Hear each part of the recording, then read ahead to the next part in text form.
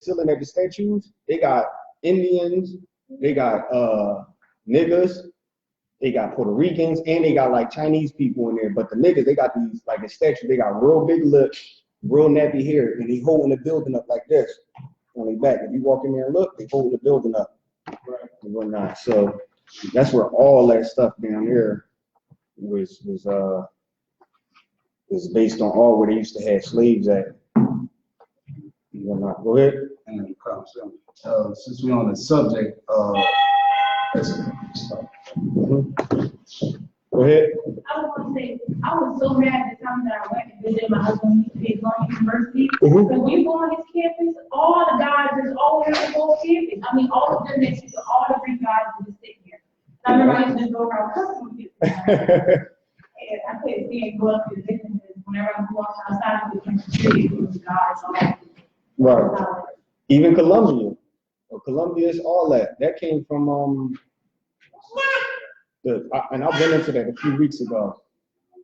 That was personification back in like, it was like a few hundred years ago. They gave that name to America. That's what they called America. right. Because they referred to America as a woman, so they would call her Colombia. Right. And like a lot of times when they would have like little meetings, they wasn't allowed to talk about it, so they would switch the names. A personification is basically like you telling a true story about something that happened, but the people name that's in there, you're not saying they actually named, so you switching it for something. So they looked at America like a woman, so when they said Colombia, you just knew they was talking about America. So, hey, Shalom, brother, what's going on? Yeah, so you knew they were just talking about America and whatnot, which goes with that scripture in Revelation, calling America the woman. Wait, the guy did that? Sorry, What's going on, brother? Any other questions? Okay. All right, what's your question?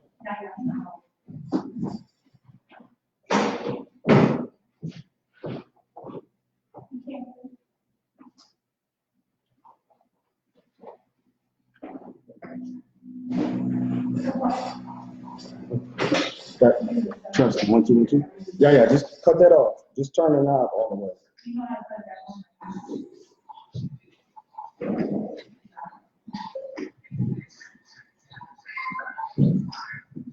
Sorry, stop.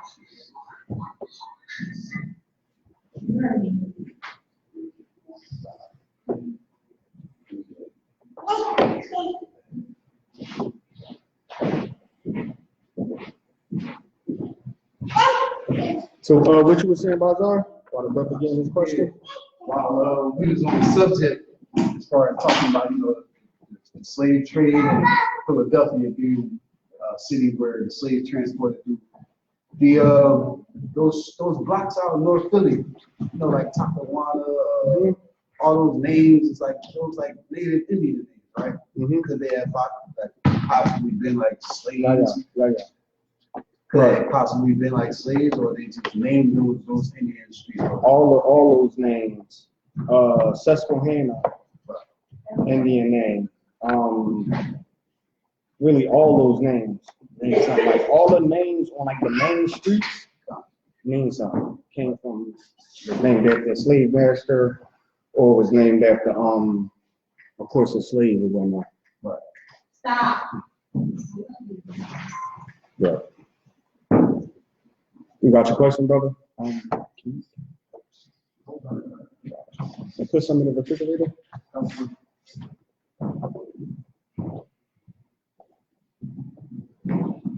So yeah, but I know Susquehanna, all those names like that.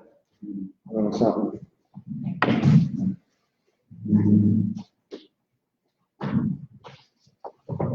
Go ahead.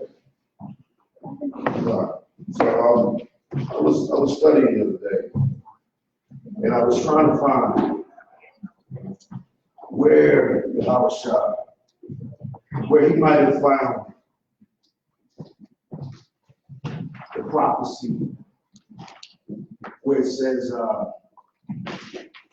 when you see the city of Jerusalem be passed with armies, that those are the sound prophets in those cities. Right. Now, I was looking for precepts for that Yahweh Shah was prophet. You know, so you talking about in Matthew 24? 20, yeah, I think that's 23 and 12, 20. Somebody get that for the brother. I think I went into this 2 weeks ago. I think it's in Matthew.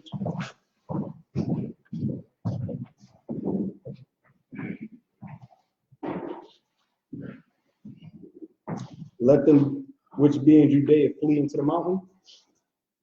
That's Matthew 24 and 15. Start at 15. This is the book of Matthew, chapter 24, and verse 15. When ye therefore shall see the abomination of desolation, spoken of Daniel the prophet, stand in the holy place. Whoso readeth it, let him understand. Now, what does that talk about?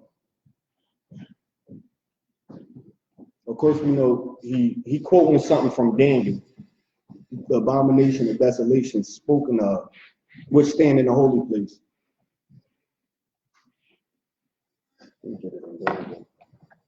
Oh, go ahead, you had your hand up? Jerusalem.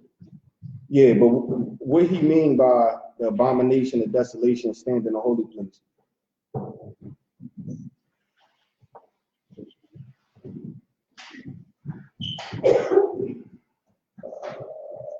Go ahead. I would say that the synagogue of Satan in their political activity with the little horn. Go ahead. Flavia, that's when they were sacrificing unclean animals in the golden. When they was, all right, let me say, read on. Verse 16. Then let them which be in Judea flee into the mountains. And let them be there, let them flee into the mountains. When y'all see the abomination of desolation spoken of by Daniel, that's a prophecy coming to pass.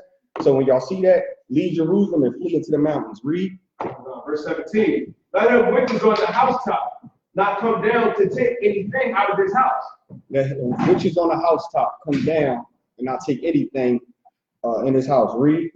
Verse 18. Neither let him which is in the field return back to take his clothes. Anybody that's in the field, don't turn back and take your clothes. Read. Verse 19. And woe unto them that are with child. But what one to them? What one to them meaning that are with child meaning what? Personally.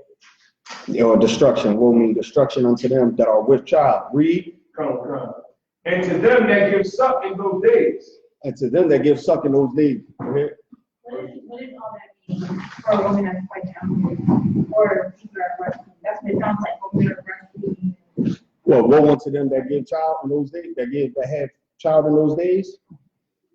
You say, what does that mean? Or for example, what does that mean? Suckling means you got a young baby breastfeeding. Right. I'm saying, what is it? I'm already saying that. Oh, I'm about to get into that. All right, so read on. Verse 20. But pray ye that your flight be not in the winter, neither on the Sabbath. Read the verse above that. Come. And woe unto them that are with child, and to them that suck in those days. Woe unto them that was child, and to them are sucking those days. Get me Daniel. Hold on.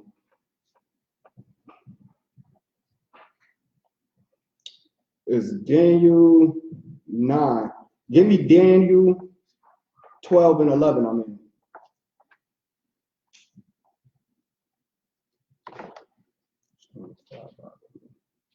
The book of Daniel, chapter 12 and verse 11. And from the time that the daily sacrifice shall be taken away, and the abomination that maketh desolate set up. And the abomination that maketh desolate set up. So in that time, Where the what be taken away? And the abomination No, that read, maketh read, desolate. read before that. Okay.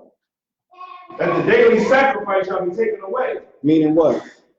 In that time, and a daily sacrifice shall be taken away. What is he talking about?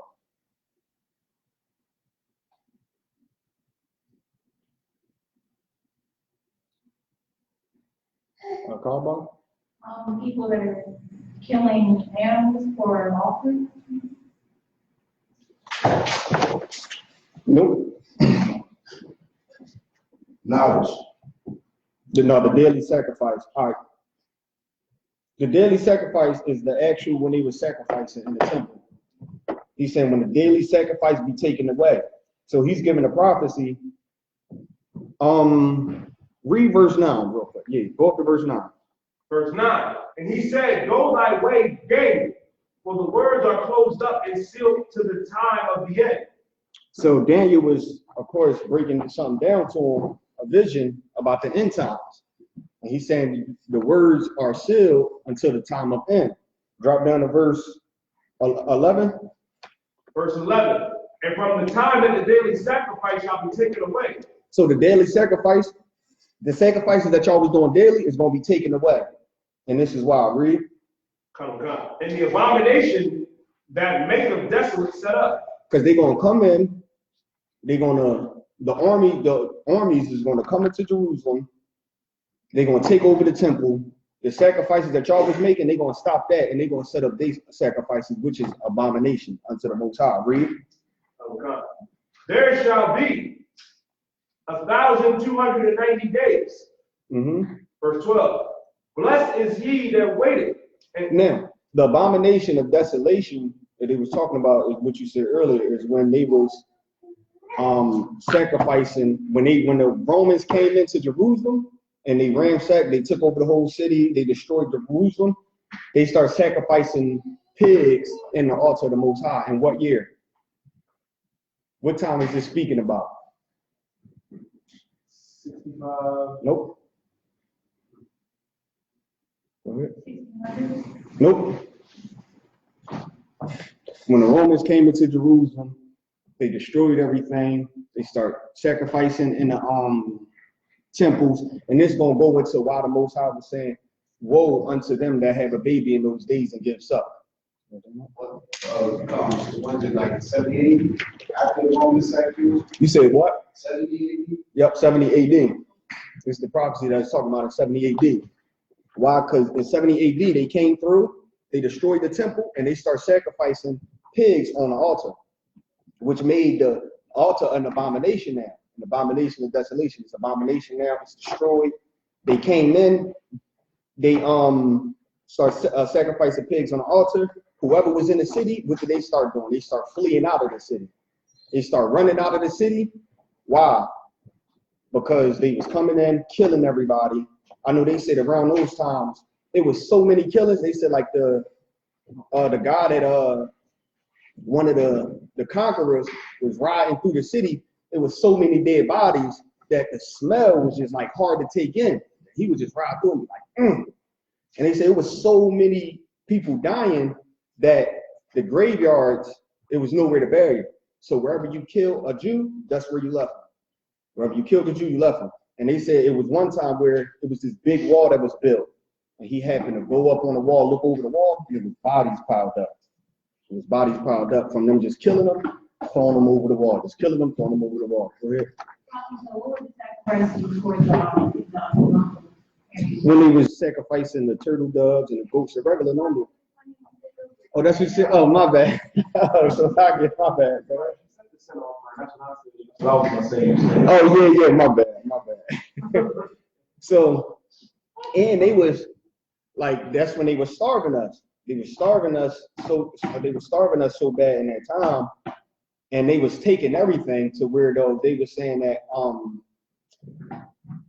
like somebody had died, and they went to dissect him and found gold in his stomach, and because they was trying to figure out where all the gold of the city went, and he cut somebody's stomach open and the gold was in there, so they started to say, "Oh, these motherfuckers want to be swallowing the gold." So they just caught every Jew that they caught. They just start cutting them open. and they would just find gold and taking the gold out of their stomach. And also, why did it say, woe unto them that would have a child in those days and that gives up? Go ahead.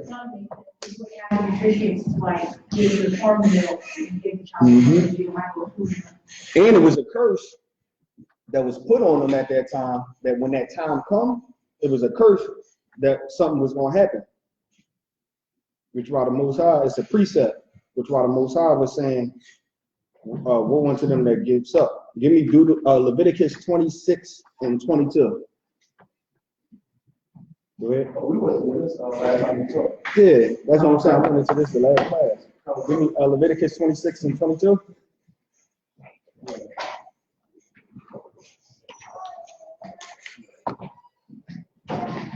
This is the book of Leviticus.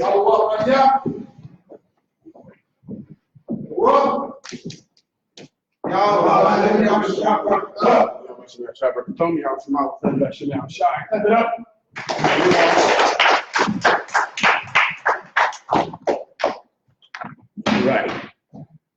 Yeah, let's do it. Questions, let's go. Any questions online?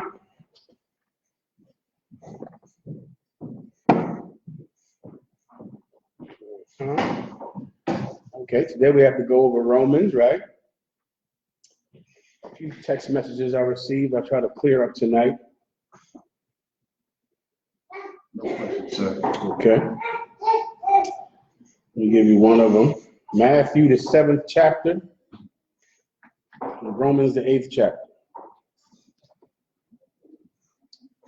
I'll give you a second for questions before I start rocking, all right?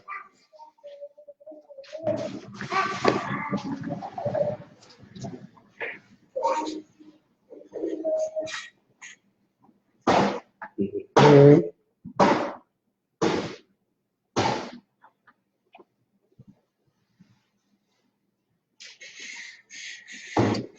we're going to do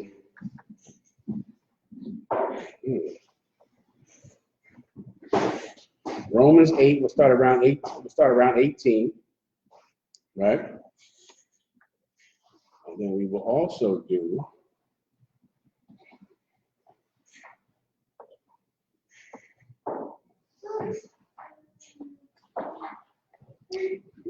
stand by.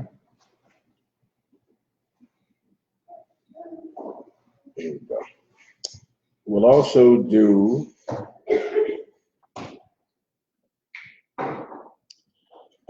not everyone that saith unto me, Lord, Lord, shall enter into the kingdom of heaven. I believe that's in Matthew. We'll go over that. I'll give you the breakdown on that as well, all right? Also, another precept where Christ said, I see Satan falling like lightning. Give me that precept.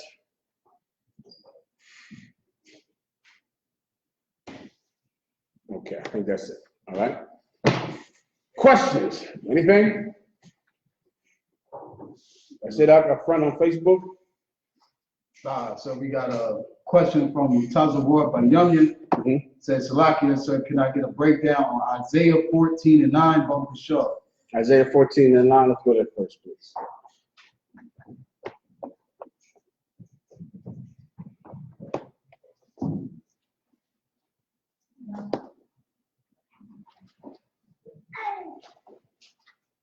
Whenever you're ready, I can read it, all right? Oh God. This is the book of Isaiah, chapter 14, verse 9. Appreciate it. Hell from beneath is moved for thee to meet thee at thy coming. Let's go about 2 verses, all right? Go ahead. Verse 7. The whole earth is at rest and is quiet. They break forth into singing. Verse 8. One more verse above that. Verse 6. He who smote the people in wrath with a continual stroke, he that moved the nations in anger, is persecuted, and none hindereth. This is Isaiah 14, correct? Come. What is the topic of this precept? Does anyone know? If you would have probably had to have read it before. This is about the end of the so-called white man's oppression on this earth. Right. That's what Isaiah 14 is about. I say Isaiah 14 is about Judgment Day. It's about the day that the so-called white man finally receives the punishment that he has so long deserved, but for also as equal amount of time we have not deserved for the Most High to bless us. And so because we have not deserved the Lord's blessing, the Most High has not given the oppressor the judgment that he has deserved. Does everyone understand? When you read Isaiah 14, this day finally happens. This is Isaiah prophesying about the day that our oppressor finally is removed from his lofty position. Everyone understands. Keep going. Verse 7. The whole earth is at rest. Now, what happens when our oppressor is removed from being in charge of the banks, in charge of the food, in charge of every natural resource, in charge of whether you live or die, because of course you die without health care. Your children die without living in good neighborhoods. You die without clean water. And the white man our oppressor is in charge of all of those. So quite literally, he's in charge of life or death. You live or die based on whether or not he likes you. So a certain neighborhood you live in, your children are more likely to die than another neighborhood. Everybody understands that. A certain place, a certain city, a certain house, your children are more likely to die than in a different city, in a different house. And the way that you can get into a position that allows your children the better chance at life is based on him. There's going to come a time when that's finally going to end, brother. That's finally going to end. And when it happens, read that part again. The whole earth is at rest. Then the whole earth finally gets to rest. And no more being beaten to death constantly. Think about back in the day. Think about how many years black women were beaten in the South. A black woman's husband, he comes home and he's drunk and he beats his wife. And he's absolutely cruel to her every day, mean to her every day. And she can't understand why. She can't get it. Here's what sisters began to find out in the 70s, and most of them have forgotten this today, that your husband is so cruel and so mean to you because his spirit is being destroyed every day as he works for pennies. Every day as he goes to some slavery and works for pennies because he's trying to help, trying to feed you, trying to take care of the children. But because he loves his family, he has to go take oppression that most people just couldn't understand. And for a paycheck, that still doesn't help. And so what happened? So what would most black men do? They would get drunk, they would be miserable, and they would take it out on their wife. And then you had so much abuse going on in black and Hispanic homes, so much so that women just couldn't understand why it was happening. Well, then later on, they begin to realize why it happens. It's because of our oppressor. It's because your husband goes out every day and he has no power to stand up like a man ever. All day he's scraping and bowing and obeying all day, and he's getting nothing for it. So when he comes home, he acts like he is Lord of the house and beats anyone who doesn't obey him. And now how many families broken up because of that? Because a black man is destroyed in pieces, and now he goes home and destroys his family. When that is over, we will all rest.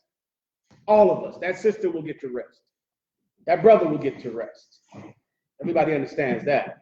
Please, up front. This reminds me of a lesson, sir, when we spoke on, I don't remember the precept, when we spoke on when the Lord is at rest, is when his enemies are no, when it drops nothing. Yeah, give 1 second, give him a hand. That's correct. What you're saying is correct. That's the only way to have peace, which is why the Christian church cannot bring you peace, because the Christian church cannot handle the enemy.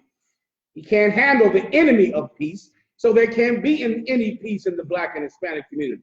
Since you had your hand up right here.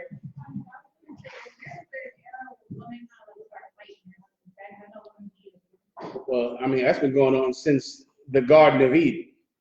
That's a forever thing. As long as we've been divided as a people, men have been fighting their husbands and women have been fighting right back. I'm sorry, men have been fighting their wives and wives have been fighting back. All right, that's old. It's as old as our family has been divided. It should never happen, but it happens all the time. The problem is most people don't know why it happens. If you fought over money, then that fight was over our oppressor. If you've ever had a big fight with a woman or a big fight with your man over money and bills, you are not against one another. The oppressor is destroying your home. That's why you're in a big fight over bills, a big fight over an eviction notice, a big fight over a bill collector. That fight is not about you and him or him and you. That fight is about the oppressor now. That fight is about oppression. Everybody understands. But there's a time that comes when everyone gets to rest. The problem is we haven't earned that time yet. We're accountable for being in this hell. We're accountable for every extra day that we're here. That's a UPK concept, accountability. And we're responsible for every other day that we're here. Besides this very moment, it's on us. Because when in this day, everyone gets to rest. But you got to work for that rest. There's also a precept for this, I believe, in Romans, when the Lord spoke about us going into our rest. Find that precept for me. I believe that's the one the young brother was speaking about up front. When we enter into his rest. All right, find that for me. Keep going. And is quiet. They break forth into singing. They break forth into singing, man. Like everyone starts singing. Everyone is absolutely joyous because our oppressor is gone. He's not in charge anymore. He's not ruling over us anymore. He isn't making it hard to breathe, hard to drink water, hard to love each other in our homes. And because of that, now we break forth into song. We sing. Keep going. Verse 8. Yea, the fir trees rejoice at day. Read that part again. Yea, the fir trees rejoice at day. The fir trees rejoice at day, meaning every living thing will be happy when our oppressor is removed from his position. The trees, the literal trees that die every day. Think about what happened down there in that rainforest. All of those trees being burned. Those trees are waiting for Israel to rule. Every dog and every cat, every animal on the endangered species list. The river, the Amazon River, is waiting for you to rule. Every body of land, every blade of grass is waiting for you to rule. Keep going. And the cedars of Lebanon, saying, since thou art laid down, no fellow is come up against us. What are the cedars of Lebanon? The Most High is making a metaphor, if I could, between every living creature and the other nations. The cedars of Lebanon, that's from Genesis. The Most High is comparing the Lebanese people, or I believe, I'll check with General Yohanan, I believe that's the same as the Assyrians, comparing them with the trees. Even the other nations will be happy when the Israelites are in charge and the oppressor is not in charge. The so-called our oppressor has us in absolute terrible fear day and night, and we're on the bottom. But even the Chinese, the Japanese, the African people, even they are hurting because of who is in charge of this earth. Every race is in pain because of who is in charge of this earth. Every race, even the Assyrians, will be happy when the true sons of God are in charge again. So if you love the other nations, if you love the Chinese, the Japanese, and the Africans, then give up pork, shrimp, crab, and lobster, because they will be happy when blacks and Hispanics rule this world. They'll be in a better situation, which is what this precept is about. Did I get to the brother's question yet? Where was this question at, Barzal? Isaiah 14 and 9. What verse are we at now? Sir, we have verse 9 right now. Go ahead and read it. After this, give me Romans 8 and 18. Go. Verse 9. Hell from beneath is moved for thee to meet thee at thy coming. Now I'll give you all a chance to break this down. Hell from beneath is what? Moved for thee to meet thee at thy coming. Is moved, hell from beneath. So you got to kind of picture this.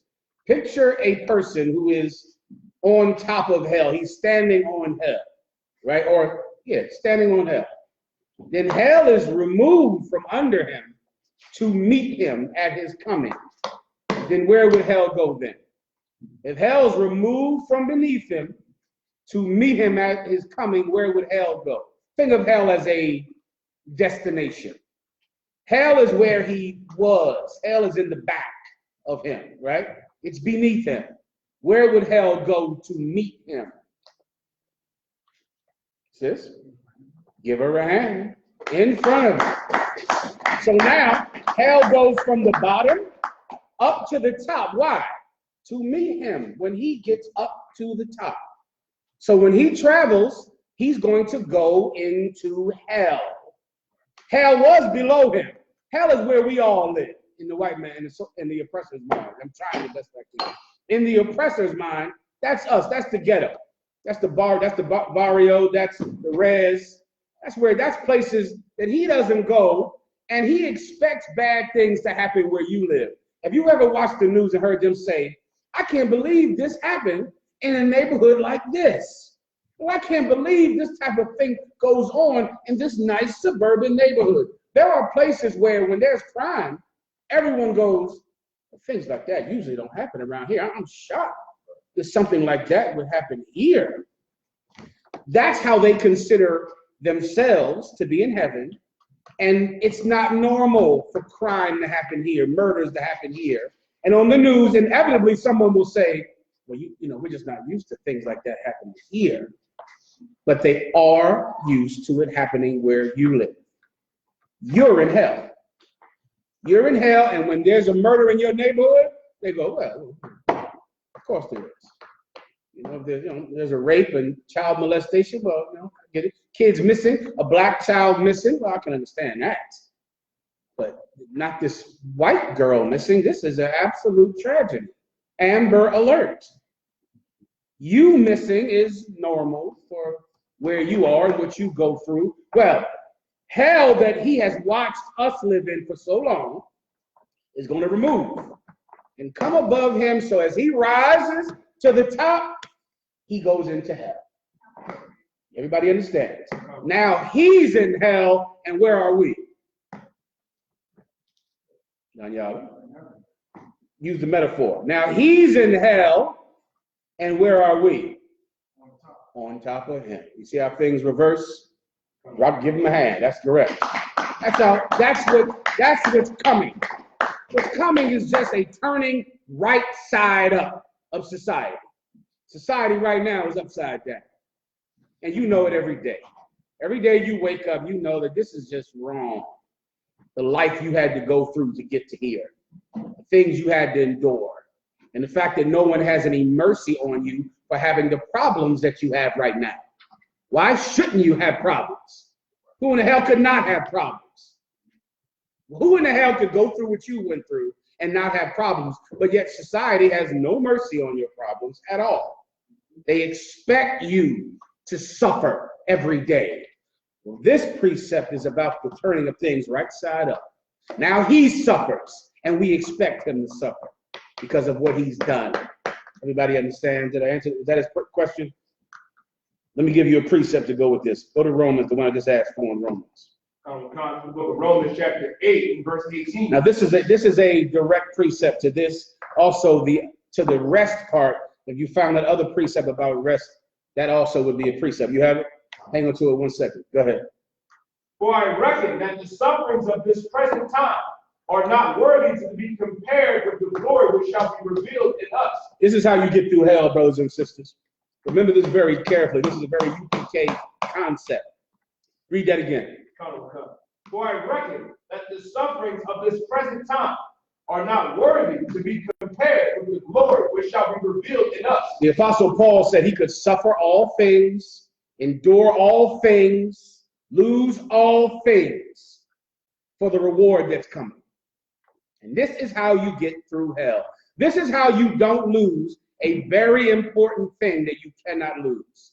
Once you lose it, your life is soon to go behind it. He endures it all. Why? Because he knows what he gets for it.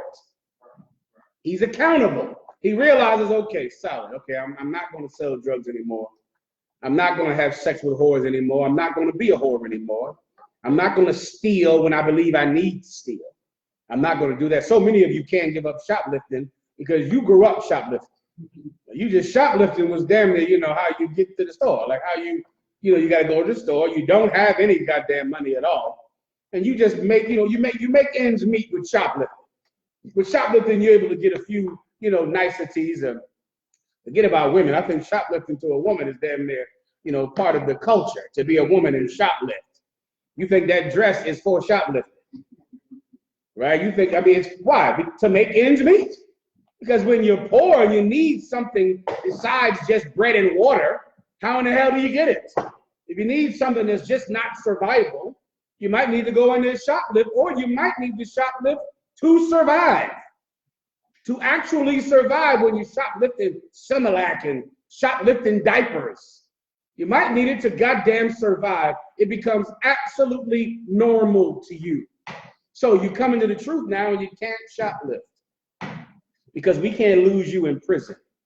Priests are too few, and daughters of Zion are too few for us to lose you in jail. We can't go through that.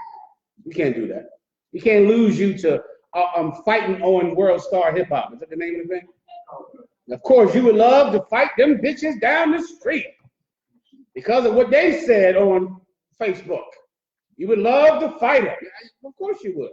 They made you angry, and anger is the easiest emotion to demonstrate. Anger is so perfect. I've been doing research all week on anger and how easy it is to activate anger and to act on it, and why it's so easy. Easy, meaning there are so many emotions that you'll never do anything about. You'll never do a goddamn thing about most of your emotions. You'll just feel them and do nothing about it. But anger, you are going to do something about that because it is the easiest emotion to show, to demonstrate. A child can show anger damn near at birth, when he cries when his butt gets smacked.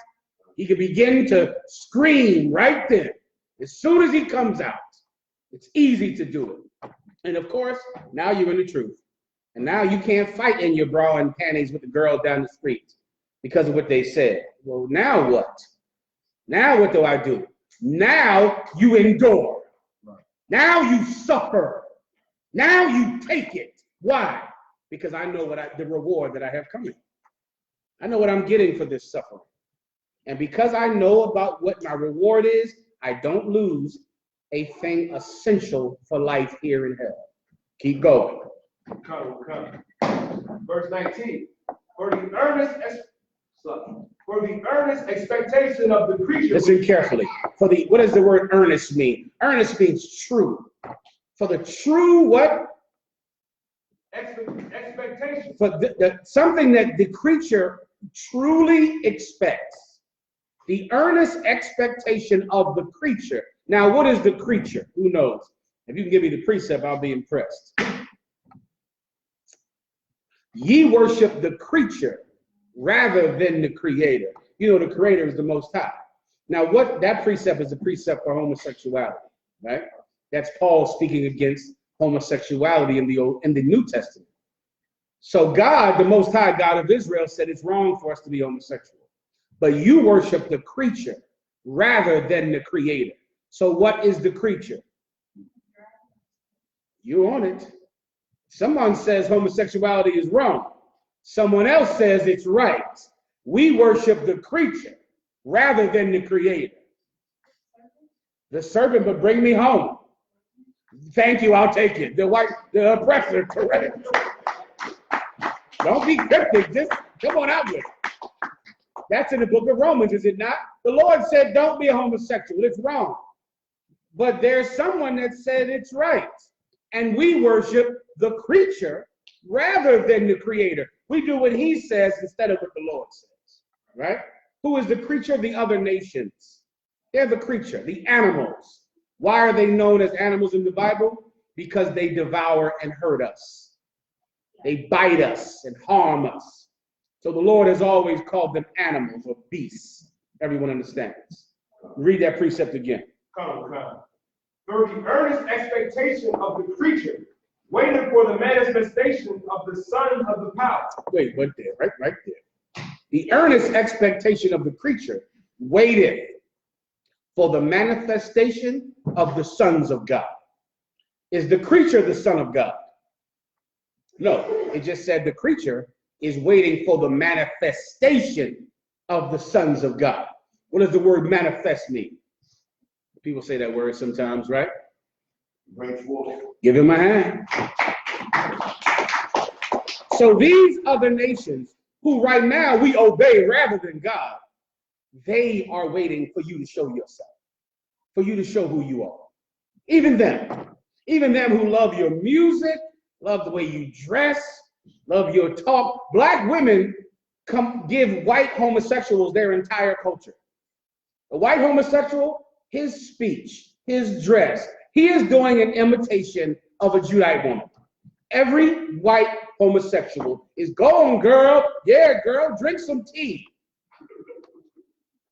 That's a Judite woman he's pretending to be, with the colorful hair and the way he talks and snaps his fingers and reads people. The homosexual is looking at a black woman like, damn, that's a real woman. That's how I wish I could be.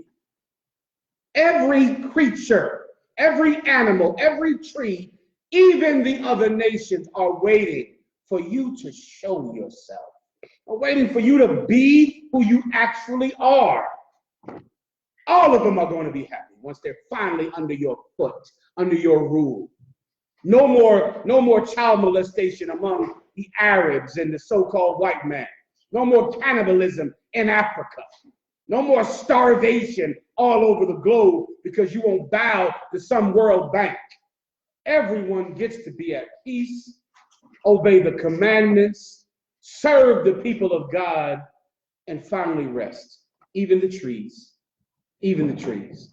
Keep going. Verse 20. For the creature was made subject to vanity. Listen carefully. The creature was made subject to vanity. Keep going. Not willingly. Not willingly. What is vanity? Who knows? Daniela? Nothing. Precept. Because thou hast made me jealous with gods that are no gods, I will make you jealous with a people that are no people, that are nothing. That's what vanity means. Nothing. The creature, the other nations, the trees, the birds, every living thing is made subject to nothing. Every Arab has to now beg nothing for help, nothing for military help. Everyone has to beg a person who is nothing to survive. A young race, a young people with no culture, no rhythm, no style, no flavor, no intelligence at all. All they do is steal the inventions of the children of God and then give themselves the credit. But we absolutely have to serve all of them and change our speech, change our behavior for them. The earnest expectation of the creature is the manifestation of the sons of God. Everything wants you to show yourself. Keep going. But by reason of them who have subjugated the same in hope. But by reason of them who have subjugated the same in hope. Okay, I'm trying not to give you this answer. Read that last part again. Meaning they're not subject unto vanity because they wanted to be subject. They didn't want to be subject. The Chinese didn't want to give up their empire and now just be subject to America. The Japanese didn't want to give up their empire. The Japanese thought that they would rule the entire East. Their flag used to have, the Japanese flag is a red sun. Before World War II, it was a red sun with sun rays coming out of it that represented the Japanese empire shining throughout the planet. It represented the empire of Japan. After World War II, it's a red sun with no sun rays. Because now they don't want to rule anything. They just want to survive after Hiroshima and Nagasaki. Give me this, what I want. Give me this. Give me a Hiroshima shadow. Show me that, a Hiroshima shadow, all right? Keep going. If you can, put it up on the screen when you get it. Go ahead. But by the reason of them who have subjugated the same in hope. But they're not subject because they want to be subject. They're subject by the reason of him who have subjugated the same What's the same? The creature is the same. Come on, keep up now. The creature is the same. Who is the him who have subjugated the same or the creature? Who is the him? I'll give you a clue. He did it in hope. He did it in hope. So who is the same? But by reason of the same who have subjugated the creature in hope. He subjugated them in hope. So who is the him? Anyone on the line want to give it a shot? Let me show you this right here. This might help you out, right? This is a Hiroshima shadow. Make sure they can see this online, Barzal. This is can everyone in here see this? This is the Hiroshima shadow, right? You see that? What is this a shadow of? Who can see it, young man? That's the shadow of a person. Person doing what? Jumping. Jumping what? Jumping up. See Jumping away. that line right there? Is that jumping rope? That's jumping rope. Jumping rope. That's the shadow of a little girl jumping rope. And this is on a wall in Hiroshima. This is the Hiroshima shadow. In 1943, the America dropped an atomic bomb on Hiroshima. And this is the shadow burned into the wall of the girl that was jumping rope when the bomb hit. And that's on that wall. That's how hot that atomic bomb is. That is her shadow. And she was playing jumping rope. And it burned her shadow into the wall in perpetuity. And now you can go over there, now that the smoke is cleared, now you can go over there and see this wall. Now, brother, you think the Japanese want to be ruled by America? They don't want to, but damn this. They're not going through this again. You can forget that. They don't want to be ruled by America, but after World War II, they say, you know what? Whatever you want, we want, America. We agree with everything you say. No problem. What would you like us to do? How may we best serve you? What can we do to help you? Aye. After this.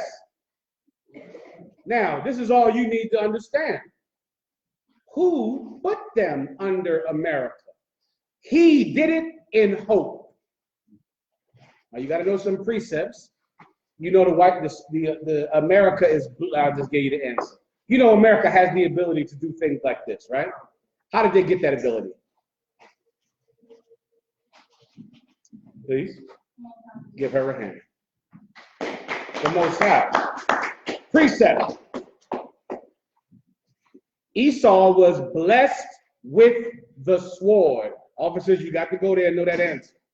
He was blessed with the sword by the so-called, by the Most High. The Most High blessed the so-called white man with the sword. He blessed our oppressor to be able to do things like this. Here's more. You see that right there? It looks like feet. Look at this cat. This cat was working on a house. Here's the ladder. And this is the cat working on the house. He's dead, but his shadow is right there. Burned into the wall. I can't even make out what the hell that is. Yeah, everybody understands it now, right? That's why all races love America. Every race, the Japanese wear suits and ties. They don't wear kimonos and Japanese clothing. They wear suits and ties to work every day. You get my point? And this is why. They don't dress up in traditional Japanese clothing. Not with that ladder burned into the goddamn wall and that man burned there. They wear suits and ties and they love baseball in Japan. You get me now? This is why they love baseball. Because they know they better love baseball. Are you with me? Now, the Most High gave the white man the power to do this. And he did it in hope. The Lord gave America the power to burn your shadow into the wall. And he did it for hope. Now bring me home. What was the Most High hoping for when he put Japan in subjugation under America, China in subjugation under America, the entire Middle East? You young brothers and sisters, when I was young, the Middle East was not owned by America. Now America owns the Middle East, owns Iraq, owns Libya, owns Saudi Arabia, owns the entire thing. Why did the Most High give them the power to rule you, not only the sons of God, but to rule even the creature, to rule everything? Why did he did it? He did it in hope. Hope for what? Go ahead. Okay, I like that one because I said it earlier. But you can give me something just a bit tighter, a bit more perfect. He did it in hope. Hope of what?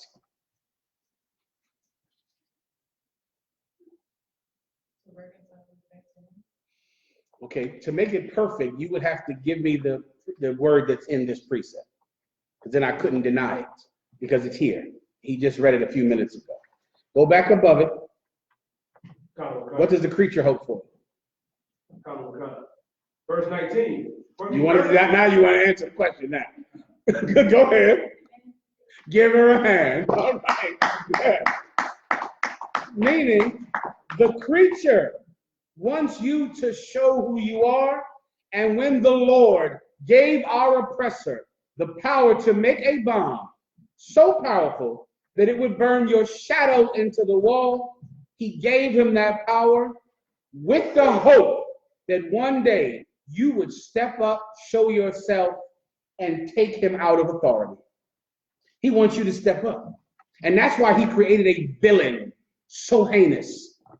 Think about this in every movie you've ever seen. Any terrible villain is only there to be destroyed by the hero. That's why he's there. And if you can think like that in life, you can always know what to do. You can look at any situation like Freddy Krueger and Jason and, you know, the terrible thing under your bed, the thing in your closet. It is in there to be destroyed by you. That's why it's there. It's there to die. That's it. And if you could think like that, then you would go, well, poverty, oppression, homosexuality, drug addiction, they're here to be conquered by me. They're here for me to destroy. Because this is the earnest expectation of every living thing. And this is the hope that God has. He is hoping I will defeat the man that can do this. He's hoping I will step up. He's hoping I'll see it and go, you know what? The rest may be cowards, but not me. I'm not going to be a coward. I'm not going to allow this anymore. He's hoping that you will manifest yourself. Show who you really are. He's hoping. And you cannot lose hope. Keep going. Verse 21. Because the creature itself also shall be delivered from the bondage of corruption. Come on. The bondage of corruption. Let me stop and break that down. You think the Japanese don't want payback one day? You think that they don't want to answer for this? They do. They just know they can't do it. They know that's their daughter who was jumping rope. That's their father who was working on the roof that day. But they know that they can't do anything about it. They tried. And they know they are absolutely helpless when it comes to the oppressor. But they're hoping one day the sons of God could do something about it. They're hoping. It's their earnest expectation.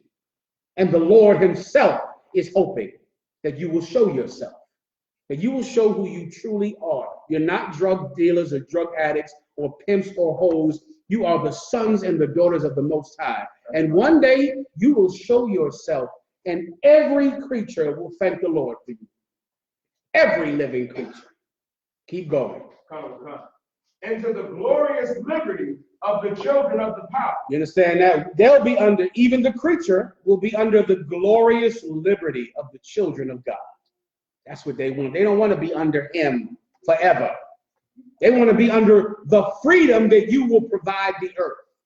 The earth will be free. Free from what? Free from oppression. Free from oppression. But it won't happen without you revealing yourself. You're going to have to show who you are. To do that, you got to decide who you are. I've decided. I've made my choice. Keep going. Verse 22. For we know that the whole creation groaneth. Here's the last precept on this topic. Then I'll take the one from the young man. Listen carefully. Again. For we know that the whole creation, For we know that the whole creation, the trees, the birds, every animal that's dying, every tiger, every lion, every polar bear that's dying right now, the bald eagle, the condor, every frog, the sea turtle, the leatherback turtle, the salmon, the trout, the fish, the rainforest, the rivers. Keep going. The rain is poison. Everything. We know that every living creature, go ahead. groaning. What does the word groan mean? They're in pain, they're groaning. They're in pain. Think about the pain you feel in the ghetto. Everything feels that pain. The pain you feel over not being able to find a job as hard as you try. And then because you can't find a job, you start to get high. Because you can't take the pain of not being able to find a job. And so you're able to get high just to relieve yourself from the pain of your life being absolutely terrible when you thought you were going to be something important. And that hurts. Everything hurts under our oppressor. Everything is in pain. Keep going. And travail. And travail, the word travail means trouble. You're in pain, you're in trouble. Go ahead. In pain together until now. Everything is in pain together until now. The trees, the water, the rivers, the clouds, the Japanese, the Chinese, the Arabs, the Africans, and the children of Israel are not showing themselves. And so because of that, every creature is groaning and in pain. Keep going. Verse 23. And not only they, but ourselves also. Now here we go. Now, this is how you know this is not, that first part was not talking about us. It was talking about the creature. The other nations and the plants and the animals, not only they, but we ourselves also. Keep going. Which have the first fruits of the Spirit. We have the first fruits of the Spirit. What does that mean if you know the Bible a taste? Who gets the first fruits? The firstborn. Because we are the firstborn of the Most High God. We are his son. We are the children of Israel. We are his seed. So not only are the preachers groaning and in sadness, even us who get the first fruit, his firstborn son, Yashar Allah, prince of the power, keep going. Even we ourselves groan within ourselves. Even we ourselves are in pain, groaning. Everything groans, even us, the children of God, even us. We groan. Keep going. Waiting for the adoption. Waiting for what? For waiting for the adoption. The other nations, the creatures are waiting for what? The adoption. No, the creatures are waiting for what? We went over this. They're waiting for us. What are we groaning and waiting for? You just read it. The adoption. They're waiting for us to step up in power and show who we are. We are groaning, waiting for the adoption. What is the adoption? The adoption is, you want to give it a shot? Come on. We were orphans to the Most High. Break it down. Being adopted, bring us back to the fold of God, bring us back to the fold. Give him a hand. Perfect. Nice. You always want your answers to be short and concise, easy to understand. We have been orphaned by the Lord, our true Father, who threw us away, and we want to come back. We want him to accept us back. We're in pain, waiting to be accepted back by our Father. We're waiting for the adoption. Keep going.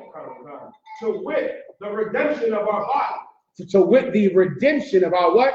Our body. Our body. Because once we are redeemed, which means what? Taken back. Taken back. Once we are redeemed, that's the redemption of our body. What does body mean in the Old English term? All of us. The body of Christ, the body of the people. Our nation is our body. Keep going. For we are saved by hope. We are what? We are saved by hope. Read it again. For we are saved by hope. Read it again. For we are saved by hope. What's the one thing you can never lose? Again. We are saved by hope. What's the one thing that you can never lose? Read it again. For we are saved by hope. What's the one thing that is absolutely essential to survive hell? For we we are saved by hope. That you can't give up on. That you got to keep up. You got to have that. And this is how you keep it.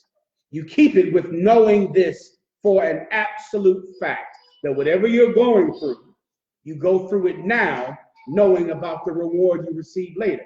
And knowing that every nation on the planet wishes that you would come back to the Father and show who you are.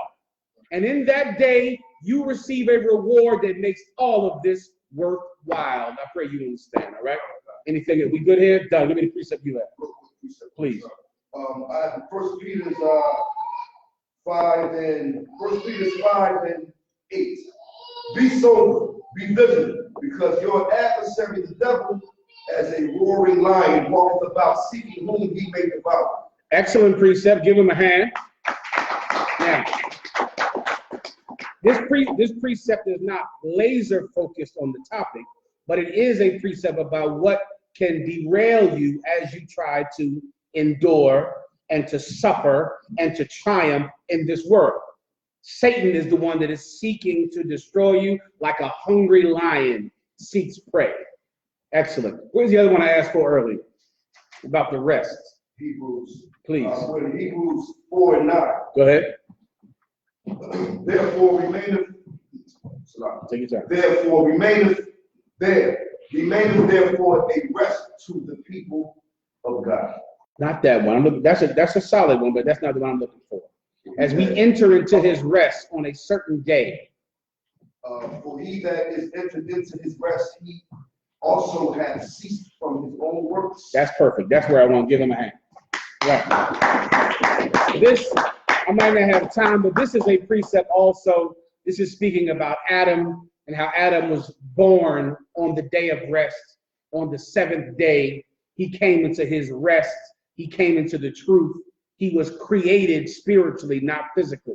He was born on that day. He came into the Lord's rest. All of the world will rest when we're in charge. Everyone, there will be no cat eating in China. There will be no dog eating in China once we're in charge. I saw a terrible story about some little Chinese woman, man. Little Chinese woman, she's screaming and crying because she left her dog outside and somebody came and stole her dog and ate it. And she has the video camera of the cat getting out the car, taking her little goddamn dog that she loves like a baby. And there's a whole group in China of people who are protesting and sad because these Chinese people come to houses, see dogs, and steal them and eat the dog. And there's a whole group in China of these people crying, saying they want this practice of dog eating to stop because they're eating their dogs and stealing their dogs out the goddamn front yard. That woman is waiting for you to show yourself. She wants the dog eating to stop. But her people can't stop it, but you can. You can. And the Chinese are going to thank the Lord to serve you one day. Everybody understand? Anything else up? God, sir. Yeah, Malakwa says, Shalom, Lord in Christ, sir, Salaki, if I may. Both King Saul and King David transgressed the Most High. Why was David forgiven, but he took the kingdom from Saul? Give me that one more time. From Khan. Both King Saul and King David transgressed the Most High. Why was David forgiven, but he took the kingdom from Saul? Why was David forgiven, but he took the kingdom from Saul? You got to break that down. It tastes better for me, all right? When you say took the kingdom, do you mean he stole it from Saul? He just says took, sir. Let him explain while I send this text real fast.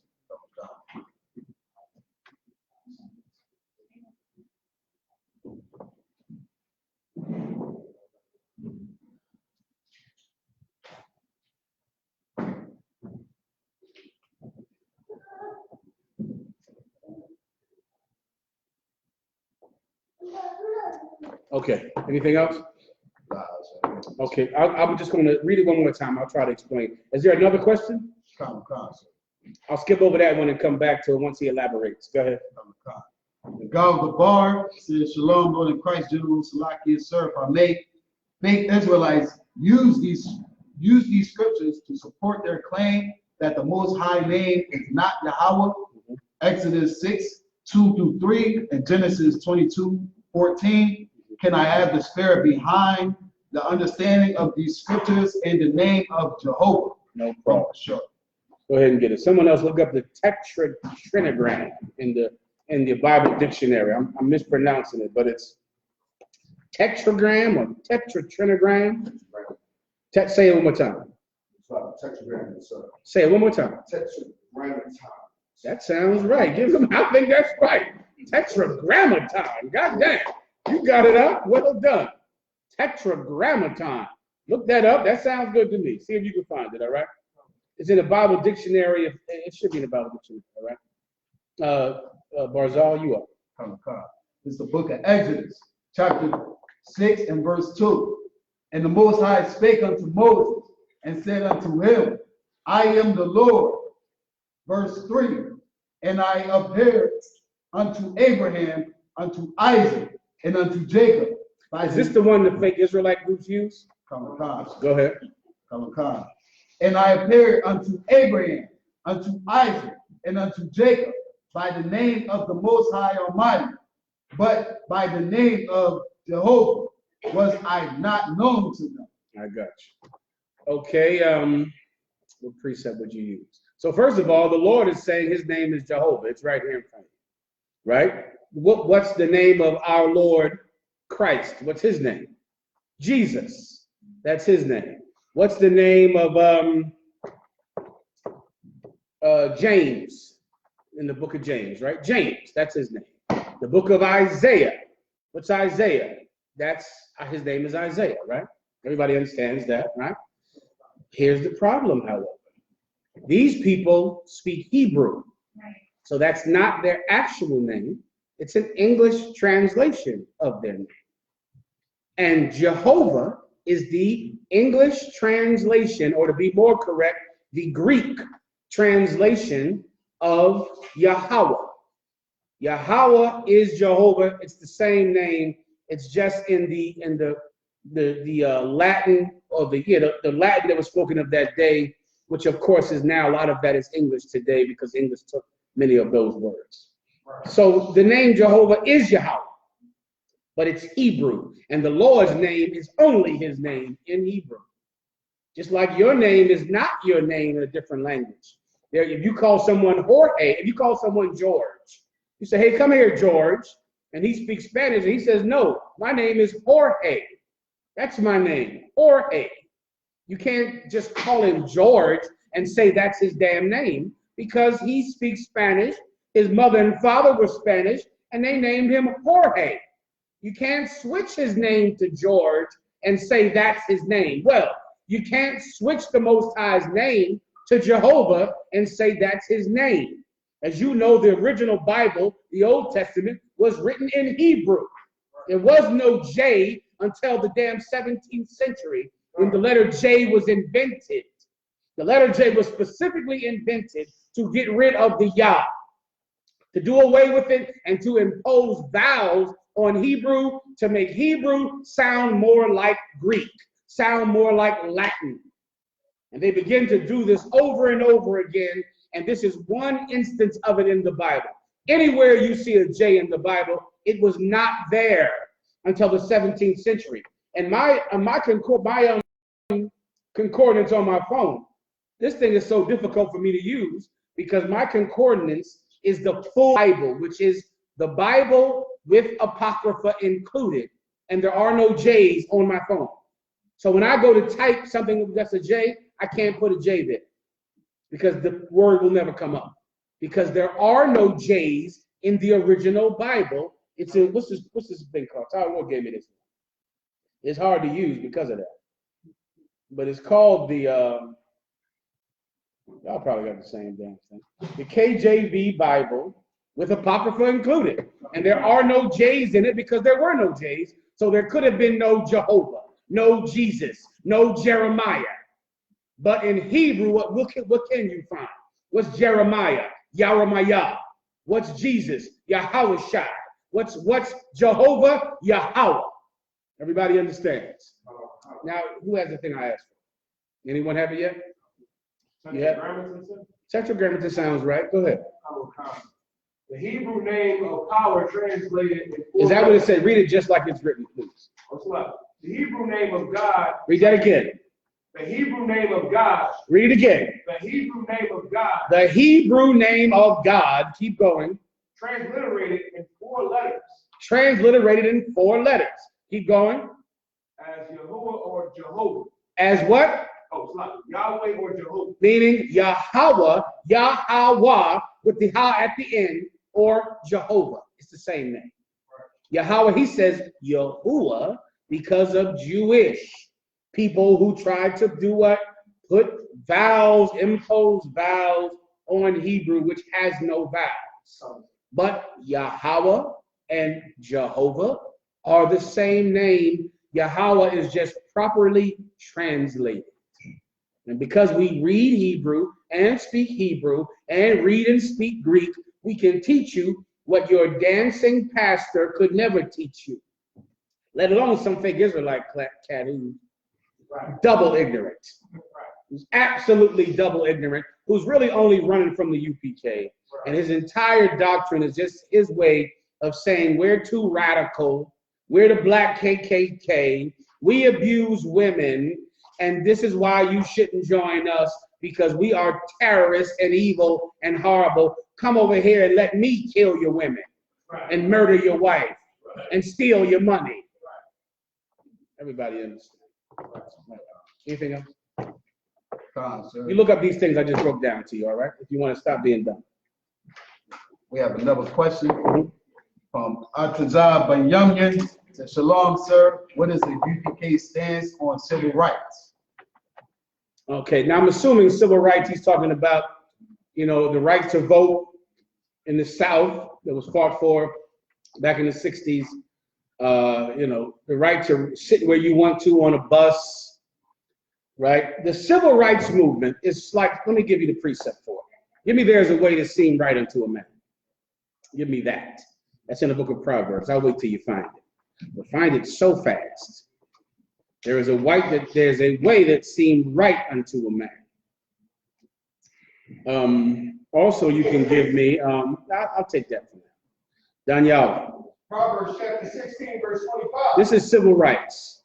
Civil rights, if I could think of one precept off the top of my head that encompasses civil rights, is this. Go ahead. There is a way that seemeth right unto a man. There is a way that seemeth right unto a man. My God, you in the South, you can't vote. You know, you can't shop at Woolworths. You can't sit at the lunch counter. It seems right to go out there and march and use the tools at your disposal to make a better life for yourself. It seems absolutely right. I mean, how could it not seem right? You're sitting there on a job and you work all day and you get home and you can't sit in the front of the bus. They make you get up and move your seat. Yeah, the water fountain is colored only water fountains, and forget about voting. I mean, they find all kinds of ways to take away your right to vote. It's terrible. And it would just seem normal and natural that you should use any tool at your disposal to try to give yourself more rights like any other American citizen, because according to the Constitution, Salakia, the amendment to the Constitution, you are an American citizen. Seems absolutely normal and seems right. Does it not? Of course, it does to me. Makes sense. Read it again. There is a way that seemeth right unto a man. There's a way that seems right unto a man. Go ahead. But the end thereof are the ways of death. At the end thereof are the ways of death. The civil rights movement seems like it was a great idea back then in Mississippi and in Alabama. But look at the end therein. Look at what happened. Here you are today because of civil rights. If you hate the other nations buying stores and property in your neighborhood, it's because of civil rights. Let me ask you a question. In 1960s America, were there any Chinese people in America in the 1960s? Oh, you goddamn right they were here. They've been here since the railroads in the 1800s. Were there any Japanese? Yeah, they were here too. They were all here. How about Italians? Were they here? They was definitely here. So we fought for civil rights How did the Chinese get to have the businesses? When we marched, we got hung, we got beat up in the streets by police. How is it that the black neighborhood is owned by Koreans when we're the ones that fought for civil rights? How is it possible? Do Japanese people vote? Do Chinese people vote? Yeah, they vote. How'd they get the right to vote? Anyone want to guess? Anyone? Take a quick guess. They don't vote, right? But how'd they get the right to vote? Your grandmother getting bit by a dog. That's why Chinese people can vote. Let me hit you with something, no. They don't vote. Chinese people don't vote. They could care less about voting and marching. They could give a damn about all of that. They show up at that store and they'll be there tomorrow to sell you chicken. But they don't vote. There is no Chinese civil rights movement, no Japanese civil rights movement, none at all. But they own your neighborhood. The thought of civil rights is such a, I'll make it simpler for you. Civil rights feels so American. It feels equal, and equality feels so like, this is equal. You know, it's like things I always hear over here when someone might ask about the UPK, and they might say, well, why do y'all say General Yohana is the only one that God speaks to, and he's the only one that's in charge? The feeling of that, it feels so un-American to say that only one person has power and we are all not equal. That feels wrong in your heart, doesn't it? Wait a minute, he the only one? Him? That ain't right. We're supposed to be equals. We're all supposed to be equal. There is no one camp that is better than another. All the camps are equal. How could someone say that one Israelite group is better than another one? That's America. Equality and all that stuff. It's American. But the UPK is old. Very old. Older than the Constitution. Older than the lies in your heart. Certain things feel good to you, but the end thereof is what? Death. You are dying because of the civil rights movement. Drug addiction, the drug trade comes from the civil rights movement. Gentrification comes from the civil rights movement. You know how many people died for you to have the right to vote? They burned down churches, all for Donald Trump. All for what you got from voting. People got burned to death and murdered. For what? Voting? Where's the Chinese people that died for voting? The Japanese people that died. But they get the benefit, but we get the death. The civil rights movement was a mistake, a well-intentioned mistake. And there are a lot of those in Black and Hispanic history. I'll give you another one in 1 second. The labor movement, right? Back in the 1960s, the Mexicans, our brothers, the tribe of Issachar, under a man named Cesar Chavez. They had a powerful labor movement up, and the police were killing them, and the owners of farms were killing them because they wanted to organize the labor of the brothers and sisters from Mexico that worked on the farms. And Cesar Chavez was their champion, and he was pushing it and pushing it and pushing it. And they rallied, and the police beat them up. And they looked at the Black civil rights movement, and they said, that's what we should do. We should organize, like the Pullman organized in Chicago. We should organize. And our brothers, the Mexicans, who worked in those fields, who picked the oranges and the apples and the fruit and the vegetables, they organized under Cesar Chavez. They were beaten, they were destroyed, they were killed. What is the absolutely weakest labor union today that has almost zero participation? The Mexican labor union. It's nothing. It's nothing. They bring in illegals from Mexico to work for pennies, and the Mexicans who are legal citizens, they won't even give them a job because they're not illegal. So what happens then? The legal Mexicans hate the illegal Mexicans because they're taking their jobs. And now they're divided. Right now, you have a gigantic gang war between Southern Mexicans and Northern Mexicans, because the Northern ones work in the fields. So many of them are not legal citizens, but the Southern ones live in LA and they're legal citizens, and they kill each other because of civil rights, because they're divided. And what did civil rights do to us? It divided you from the infrastructure of your neighborhood, from the power structure you had before that. Separation was strength, and it still is. Separation is strength. You're strong because you're separate. You're strong because you cannot shop at another store, so your stores are strong. You can't eat at another restaurant, so your restaurants are strong. What's the name of it? The civil rights movement was a well-intentioned mistake. Everybody understands. Next question. Malak elaborating on this question. He said, sir, after Saul failed to complete the order, Samuel said the Lord wasn't with him anymore, right, but David got his punishment and remained with him. So you're asking, why didn't David lose the kingdom? Saul, I'll break it down for everyone to understand, right?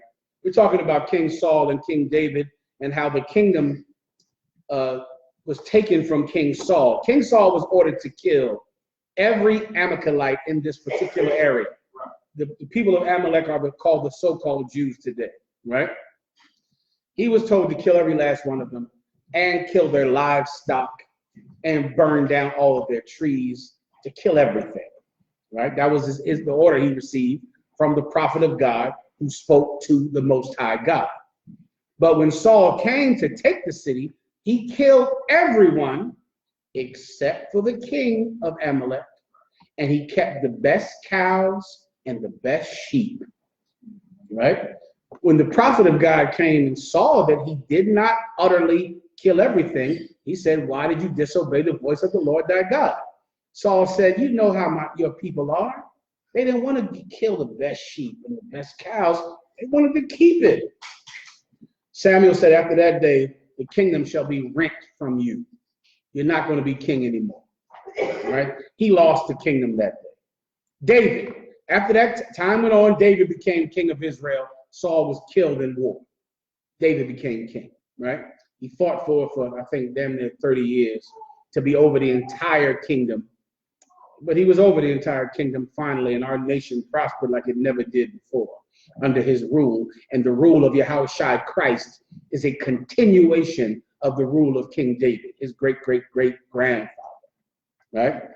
Now, David became king. David became rich and powerful, had everything he wanted. He saw a woman out on a porch on the roof, and she was so beautiful to him that he had to have her. But she was married to one of his servants, Uriah, right? Uriah was an Israelite from Hittite, or some land called Hittite, or he was called the Hittite because he was from that land, right? He had the general in charge of his army put Uriah in the front line of a battle, hoping that Uriah would be killed. Because while Uriah was away in war, he had sex with Uriah's wife and got her pregnant.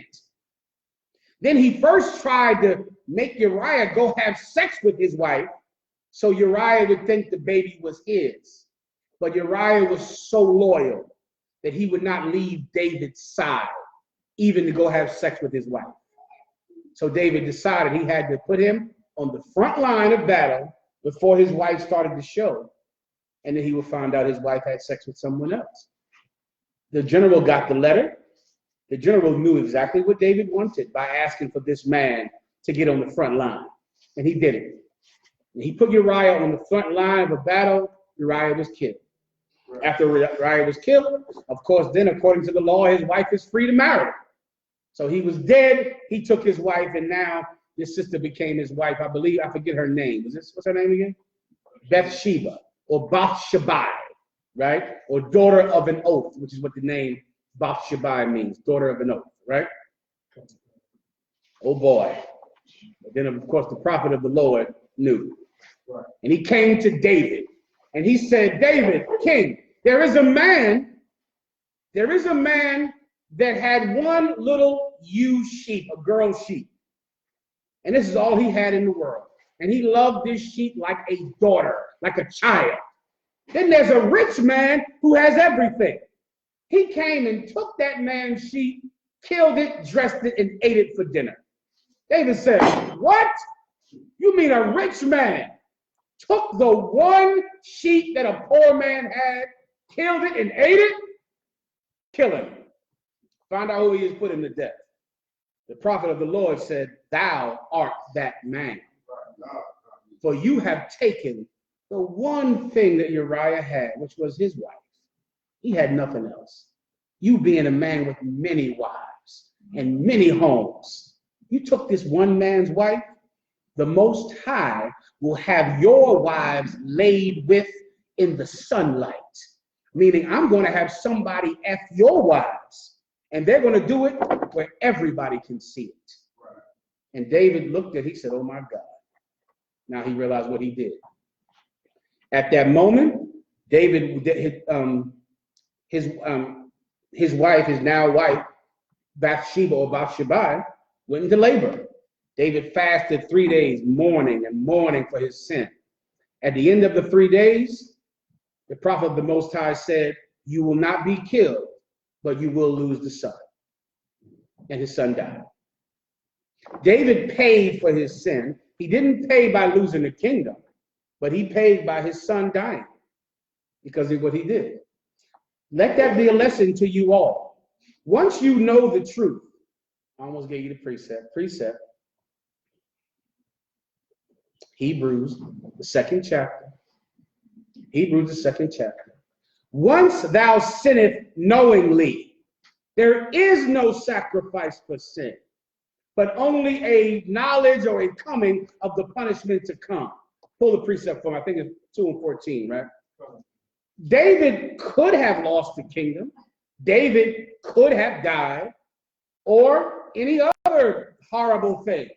The Lord decided to kill his son. The Lord decided to take the kingdom from King Saul.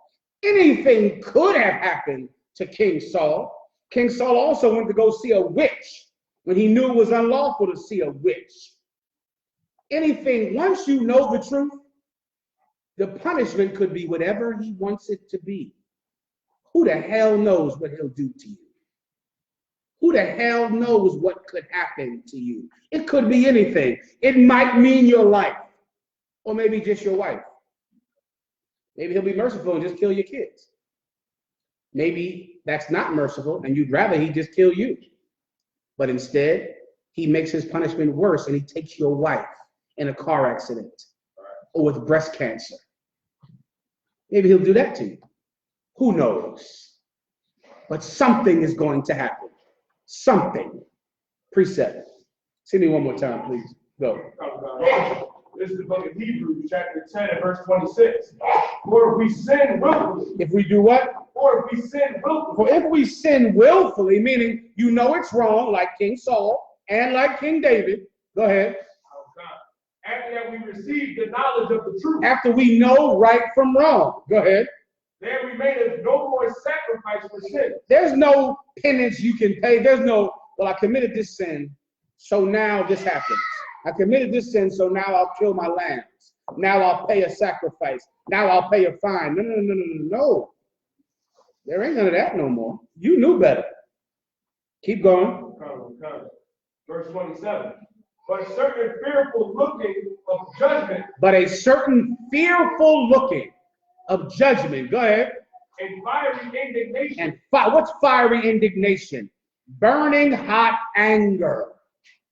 If you are someone that claims to believe in what General Yohana has taught us, and you are still smoking weed, I don't know what's going to happen to you, but something is going to happen to you. Something is going to happen to you. If you believe in the Spirit of Christ that General Yohana has taught you, and you're going to see prostitutes, you give me something else that people in the world do. Smoke weed, alcoholism, eat shrimp, crab, and lobster, whores. Listen, I don't know what's going to happen to you, but something is going to happen to you. And you should be scared of it every day because it's coming. And most of you, when it happens, is the first time everyone will find out that you were sitting at home. That's how we'll know. What happened to so-and-so? God damn, he must have been a real sinner. He must have been an evil-ass nigga for that to happen to him. Oh, well, shalom, moving on. And they'll just forget about you and keep stepping. That's what I do, at least. Keep going. Which shall devour the adversary. Which shall do what? Devour the adversary. The anger that the Most High has for the enemies of God. That's coming for you when you sin willfully. That's happening to you. And it is going to happen. So why not take the kingdom from David? The Lord's will. It's like most things in life. Why did Saul lose the kingdom? The Lord's will. Like most things in life. Everybody understands.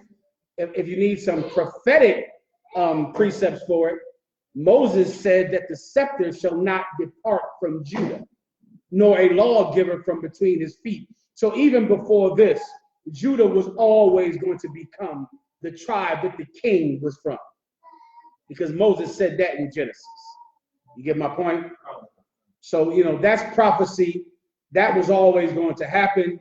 The Lord revealed to Moses that that was going to happen. Why did he do it? His will.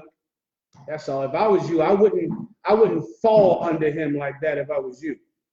I wouldn't fall under his angry indignation and think I will know what my punishment will be. You will not know. And there are things in life worse than death.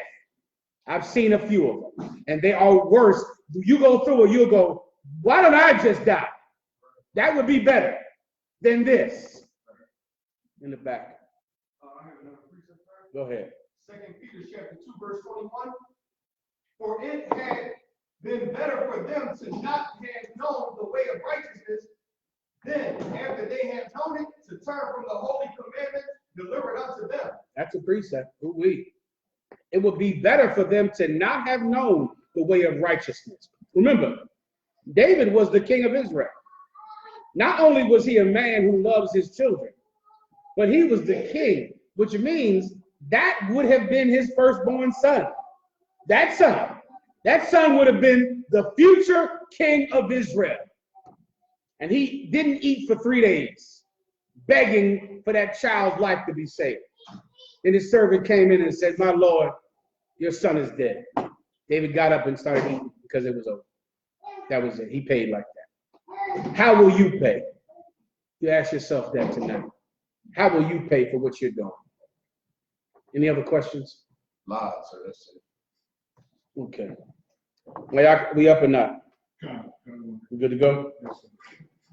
All right. Let me give you one last one, I think. No questions up front, right? Barzal. All right, with that, pass the class over to the police officer, Don Yao.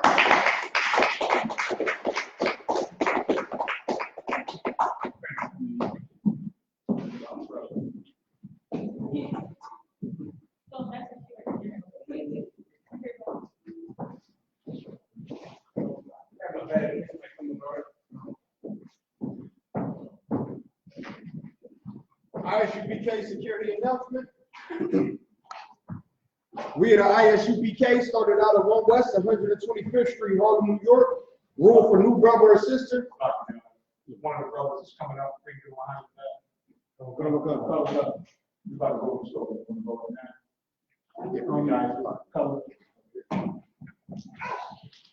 When a new brother or sister comes into the school, they are off limits for 6 months. They are to be saluted only. They are here to share themselves with the world. If they need transportation, the teacher will arrange it. After 6 months, if a brother or sister has an interest in a particular person, he or she must get permission from the head to speak to a brother or sister. There's another 6 months in which the brother and sister will court each other. After this 6 month period, the brother and sister will get permission from the head to marry. Tithes, which is a commandment, Numbers chapter 18, verse 21. Malachi chapter 3, verse 8 to 10, means tenth in Hebrew, my Asherah, 10% of every penny of any increase the Lord give you, give to the teacher, priest fund, Free will offering for priests, not mandatory, whatever amount you would like. Up and coming holy convocation, which is the feast of dedication, Hanukkah, December 20th. If any brother wants to be a trooper in the school, start to wear all black, black boots, shirt, pants, headband, or scarf. And with that, Imajim, which means stand. Men of Israel, we're going to do one courtesy salute. Imajim Shabbat, Imajim, Barak, Yahweh, Yahweh, Sar, which means turn and face the sisters. Men of Israel, we're going to get a sister one courtesy salute. Imajim Shabbat, Imajim, Barak, Yahweh, Yahweh, class is dismissed.